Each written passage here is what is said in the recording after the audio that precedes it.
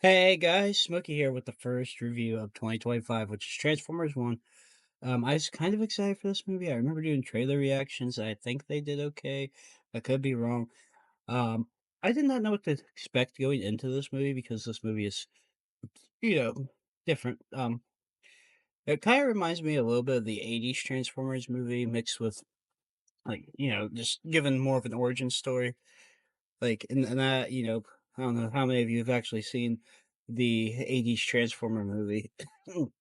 Because I mean, technically, most people my age probably haven't seen it. But I'm only 21 at the moment. um, Optimus and Megatron are having a battle like they normally would. Megatron finally kills Optimus. Optimus dies and goes gray like he does in this. Spoiler alert, by the way, if you haven't seen it by this point. And I just thought that was cool that they actually brought that back. They've done that, and I believe they also did it in the Transformers Prime show. I've watched a lot of that show.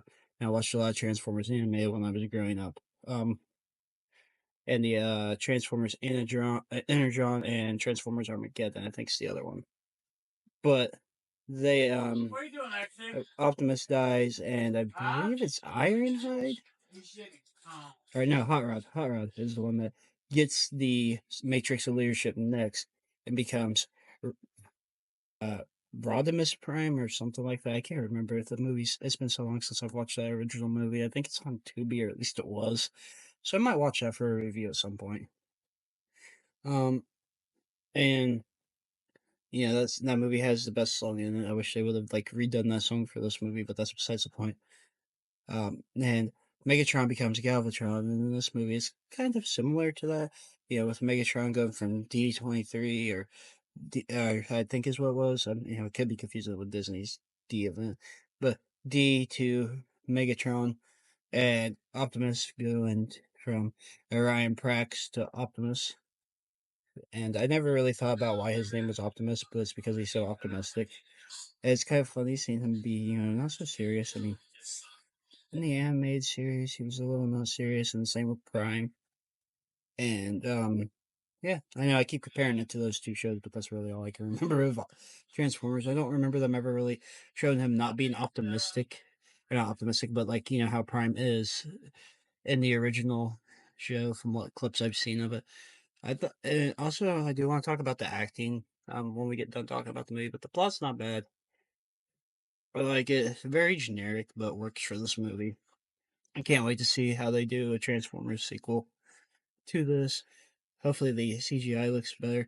It just looks weird to me. It feels like something you'd see in the 90s but polished. That's all I can describe it. Um, the acting. The guy playing Megatron does really good. I like how he goes from the more cheerful D voice to kind of what you'd expect from Megatron. B's voice actor, I like at the end when they do the Battlecitron. It reminds me of what Soundwave originally sounded like. I think it's who it was. It was either Soundwave or Right now, we're about to do the Estes I can't remember the other one. Portal room. If you don't know what the Estes method is, but it reminds me of how he sounded in like the original movies. In my opinion, the 2007 Transformers movie looks better than this, like the robots do. I don't remember what the budget was for that movie, but I mean, it holds up, but it doesn't in parts today, obviously, because, it's been almost 20 years since that movie came out, which is crazy to think about.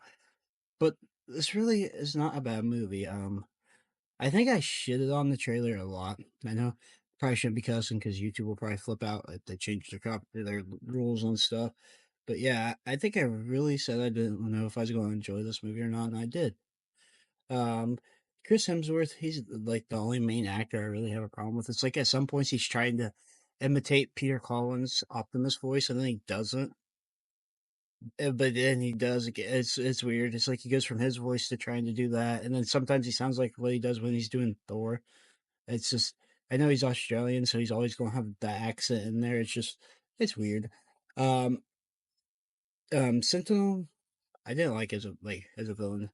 I would tell you what I told my dad, but like what happens with Chris Evans in Deadpool 3, YouTube would do that to me. uh, but no, I Sentinel. I went and did a little bit of research because in the animated show, he was kind of a douche, but he was also doing it like how he is in this show or in this movie. And the same thing goes with Transformers Prime.